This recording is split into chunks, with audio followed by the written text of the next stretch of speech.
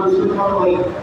মিসওয়াক করবে এই জন্য আপনারা জানেন মিসওয়াকটা নবীর সামনে দিছে নবী সাল্লাল্লাহু আলাইহি ওয়াসাল্লাম আপনারা হযরত আয়েশা সিদ্দিকা মিসওয়াকটা কি করবেন মিসওয়াক বলেন তো এই জন্য পুরুষানি তার স্ত্রী ব্যবহৃত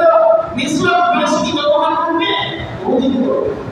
অবশ্য আল্লাহ রাসূল কতবার মাসের পর ভ্রমণ করেছেন স্ত্রীদেরকে যে রাসূলের ইন্তেকালের সময় আমাদের হযরত আয়েশা সিদ্দিকার মিসওয়াক কি করবেন ব্যবহার আল্লাহ নবী সাল্লাল্লাহু আলাইহি ওয়াসাল্লাম উনি নিজ হাতে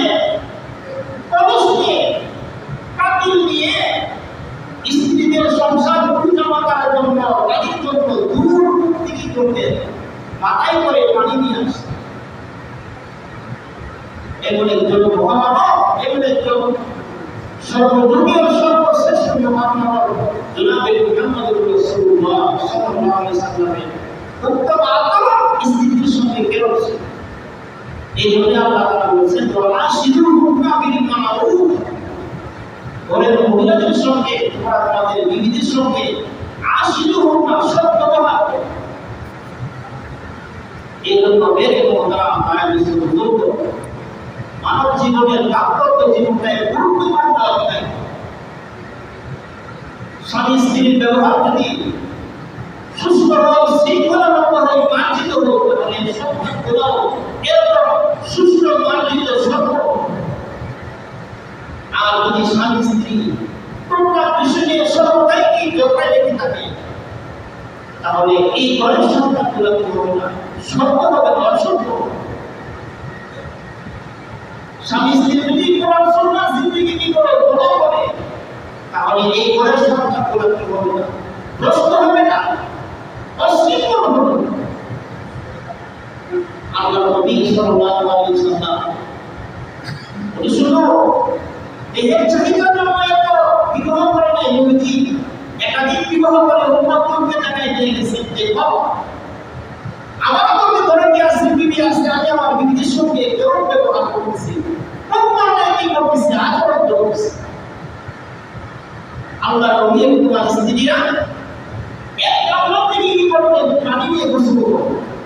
একজন অপরজনের মাথায় দেহের মধ্যে কি করতেন লোটা নিয়ে পানি কি করতেন ফেলে দিতেন কি পরিমাণ মহব্বত কি পরিমাণ ভালোবাসা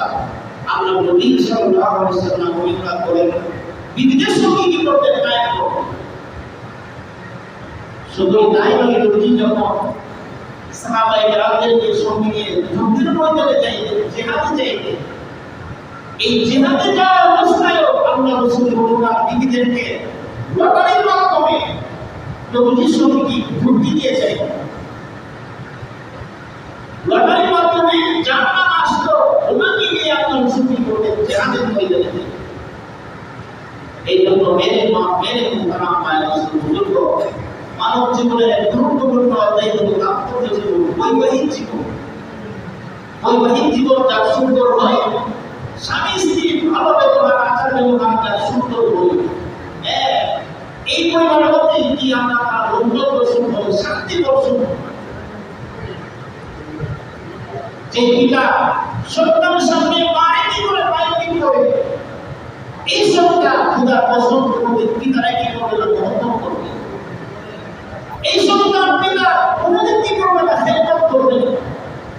এটা আমার কথা নয় আমাদের ওলামায়ে দেওবন্দ আগামী ওলামায়ে দেওবন্দ যারা ছিলেন ওনাদের বাণী ওনারা পরিপূর্ণ আমল করে গেছেন দেখেন লিখে দিয়ে গেছেন এই জন্য সন্তান স্ত্রীকে যদি কথা বলতে হয় মনে মনে নিরূপ বলে সন্তানের সামনে সন্তানের সামনে আসলে আপনি আপনার পাওয়ার অনুযায়ী সন্তানের সামনে তার মানে কানে দিবেন পারবেন করবে আপনি যেদিন দুর্বল হয়ে যাইবে পিতা যেদিন খাবার রোজগার বন্ধ হয়ে যাইবে দেহটা দিন দুর্বল হয়ে যাইবে ওই পিতাকে সন্তান কোনদিন মানবে ওই সন্তানের পিতা সন্তান কোনদিন কি মানবে এই জন্য সন্তান স্বামী স্ত্রীর সম্পর্ক নয় মধুর সম্পর্ক ভালোবাসার সম্পর্ক ইবাদতের সম্পর্ক রহমতের সম্পর্ক বরকতের সম্পর্ক আম্মা জান হযরত আয়েশা বলেন আল্লাহ রাসূল সাল্লাল্লাহু আলাইহি ওয়াসাল্লাম যখনই আমাদের পরে আসতে নবীজি একটা মৃদু হাসিয়ে খুশিতে হাসিতে ভালোবাসার হাসিতে আমাদের মনের মধ্যে নিয়ে আসে। আল্লাহ নবী সাল্লাল্লাহু আলাইহি ওয়াসাল্লাম প্রত্যেকদিন লটারির মাধ্যমে একজন বিধি করে থাকতেন, কিন্তু প্রত্যেকদিন আচরণ করে নবীজি বিধির খোঁজ খবর দেওয়ার জন্য প্রত্যেকের ঘরে অল্প সময় করে কি কাটায়। প্রত্যেকদিন আচরণ করে নবীজি সফরে টাকারা হজম টাকা অবস্থায় আচরণ করে বিধির ঘরে খোঁজ খবর দেয়, কিন্তু রাখতে পারবো মনে। এই জন্য মেরে মোহতারা মায়ের বুজুর্গ আল্লাহ তাআলা শাহ মুহাম্মদের মাধ্যমে, পিতা মাতার মাধ্যমে, স্বামী স্ত্রীর মাধ্যমে যে আদম সন্তান দুনিয়াতে প্রেরণ করতেছে, সন্তানগুলোকে যদি নেককার বানাইতে চাই, সন্তানগুলোকে যদি সত্য বানাইতে চাই, ভদ্র বানাইতে চাই, ভক্ত বানাইতে চাই, তাহলে যেইভাবে আমাদের আগেকার জমানার মানুষরা সাহাবায়ে কেরামরা এবং নবীগণরা জীবন অতিবাহিত হয়ে গেছে, এইগুলো চালাইতে পারি, কাটাইতে পারি, তাহলে আশা করা যায় আমাদের ঘরে আল্লাহ তাআলা আমাদের নসল থেকে, আমাদের আল্লাহ থেকে আল্লাহ তাআলা নেককার সন্তান কি করবে, দুনিয়াতে পয়দা করবে, দুনিয়া থেকে করবেন তা আল্লাহ তাআলা আমাদের দোয়া কবুল করে, বুঝানো করার তৌফিক দান করুন। সকলে বলি আমিন।